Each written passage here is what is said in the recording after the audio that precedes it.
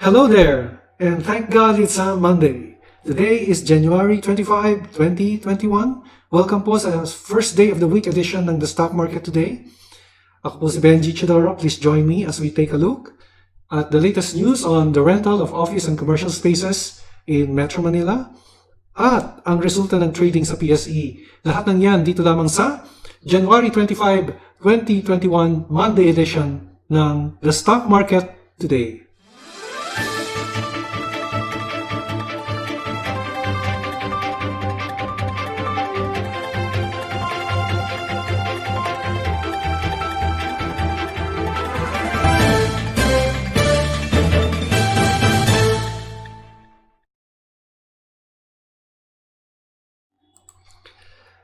Okay, let's go to the PSEI.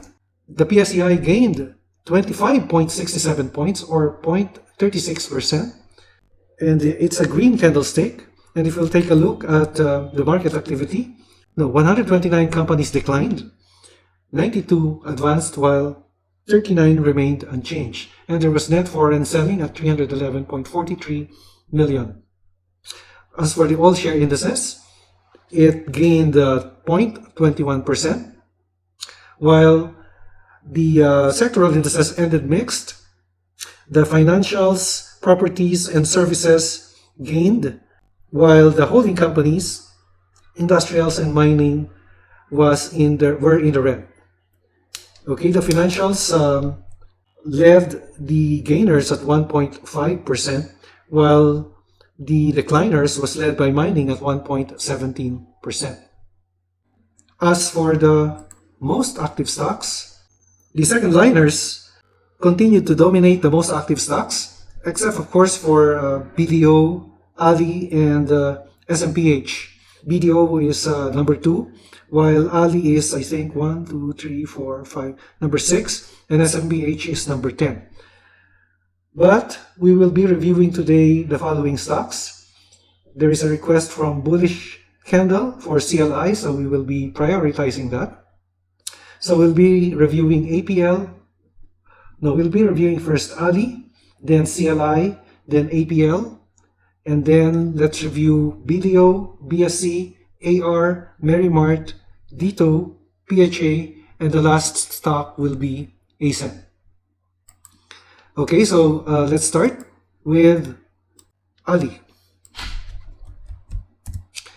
By the way, we have news on the property stocks, so I will be sharing with you the news as we review the stock.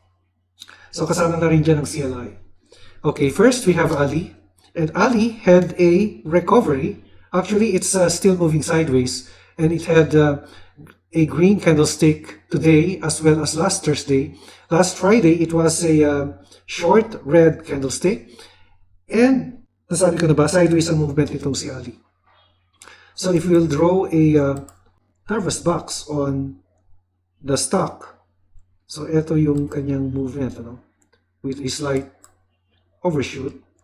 Ang kanyang resistance would be at, let's see, 41, 41.90 or almost 42, and support would be at 38.80 or 38. Lagay natin sa 38.50 kasi when we talk of support and resistance, they are not exact points but areas. So it continues to move sideways, but if you'll notice yung ating EMA 20, yung ating orange line, which is the 20-day exponential moving average, crossed over the candlesticks, but the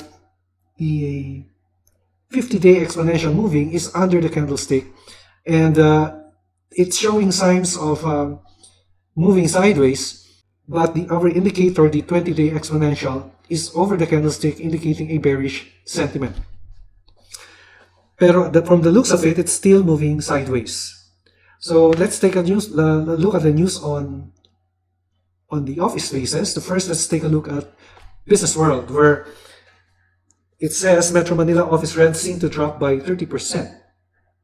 Rental rates for offices in Metro Manila's business district are expected to drop by as much as 30% this year due to the continued quarantine restrictions and economic slowdown, the Lubin Realty Group, or LRG, said. In a statement, the property consultancy firm said it forecasts a 25 to 30% decline in office rental rates starting this year.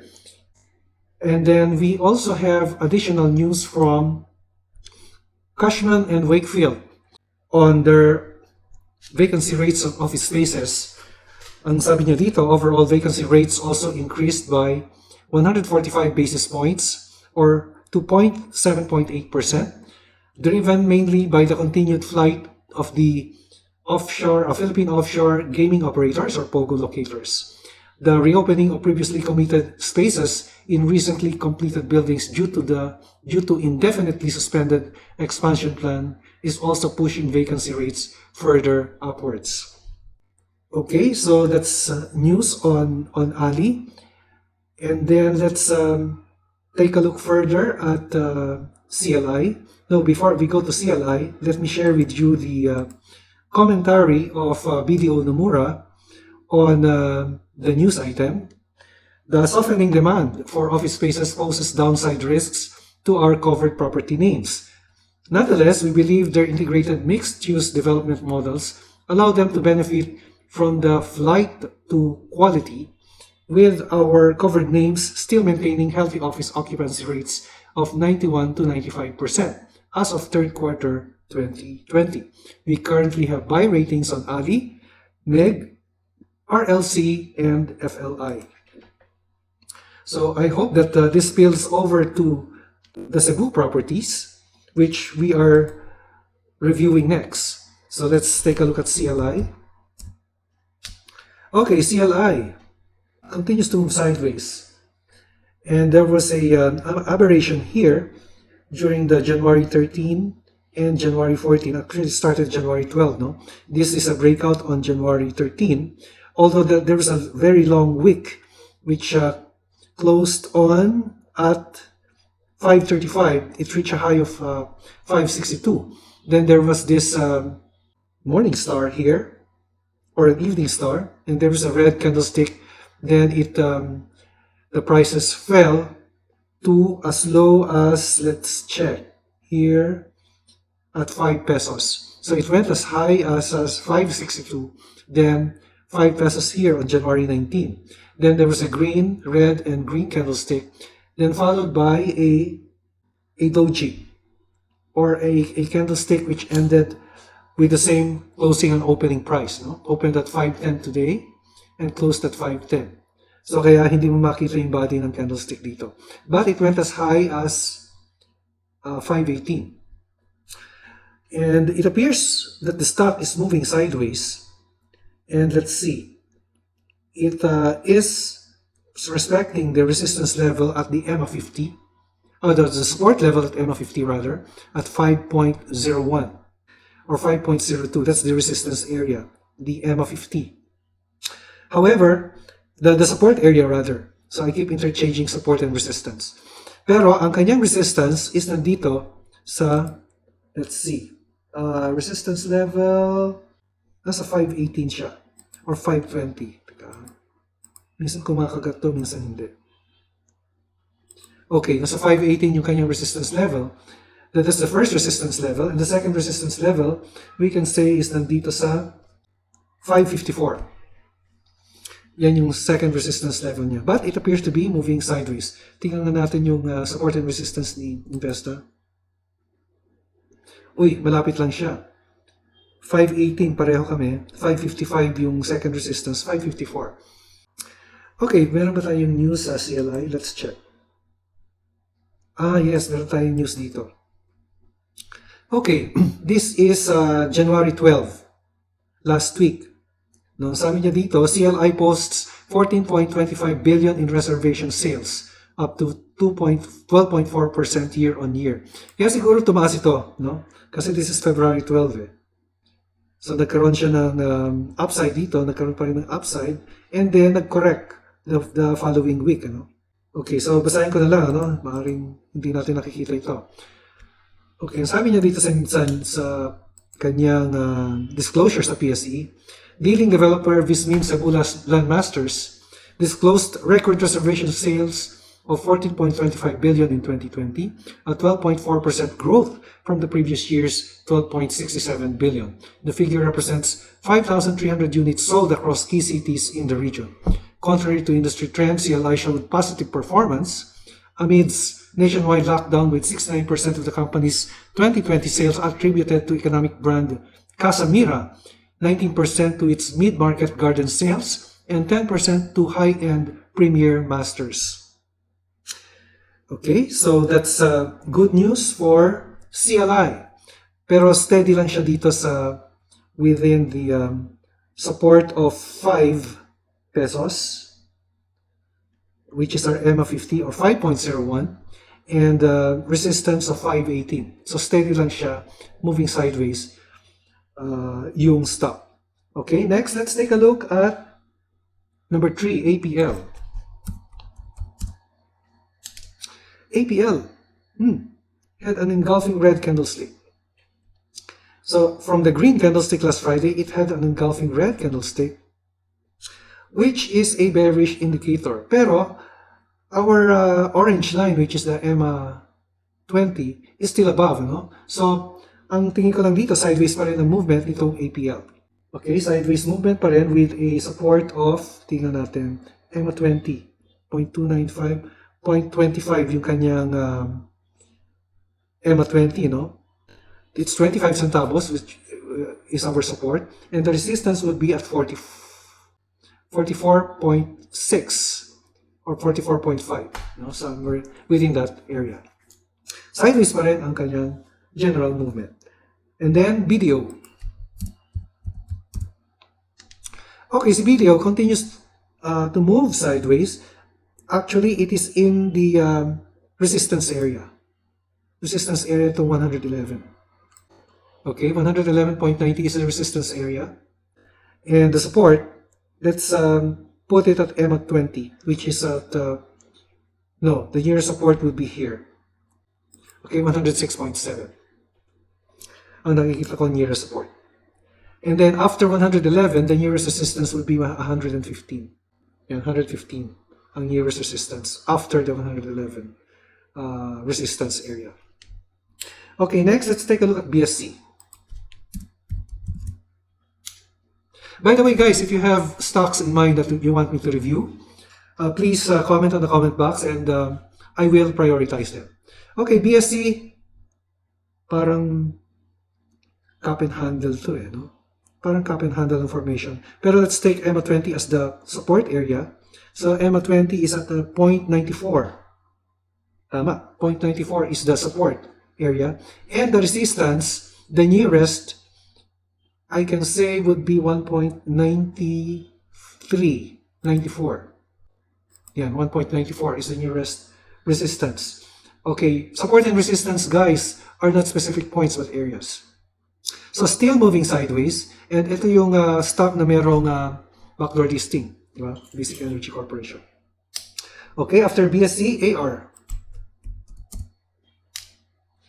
Okay, AR had a morning star or evening star. This is an evening star.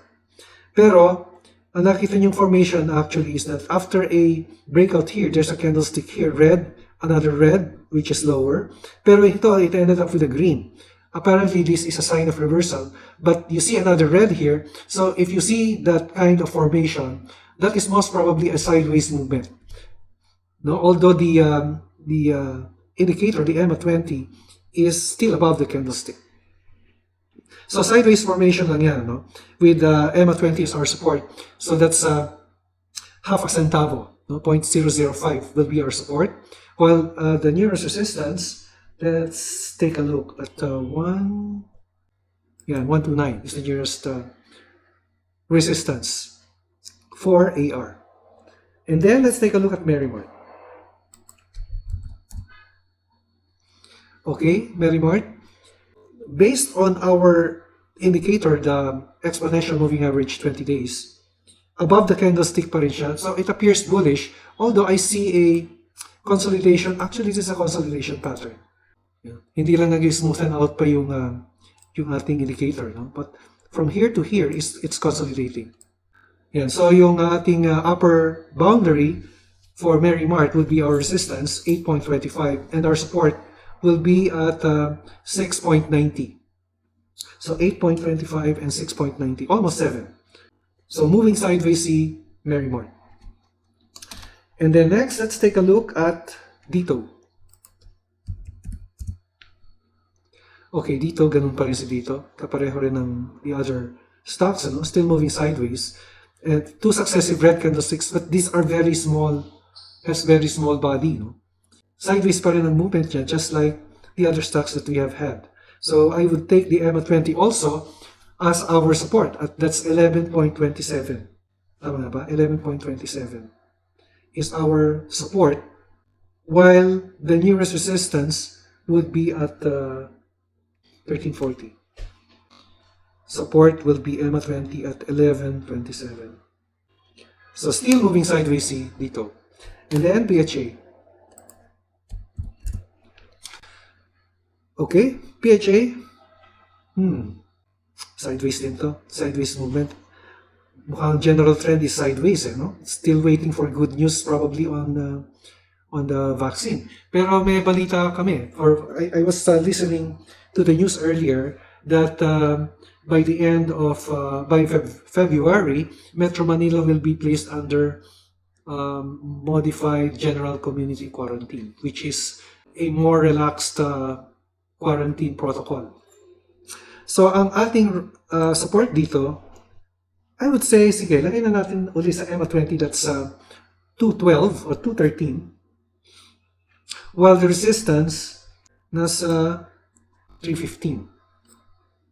So moving sideways, just like the other stocks. Okay, mga 315 siya.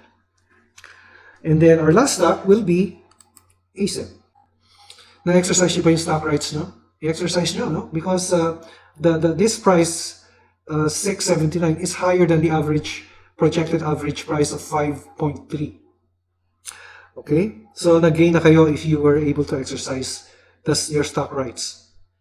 Okay, ACEN, you'll see the EMA20 piercing through the candlestick, which is a sideways movement.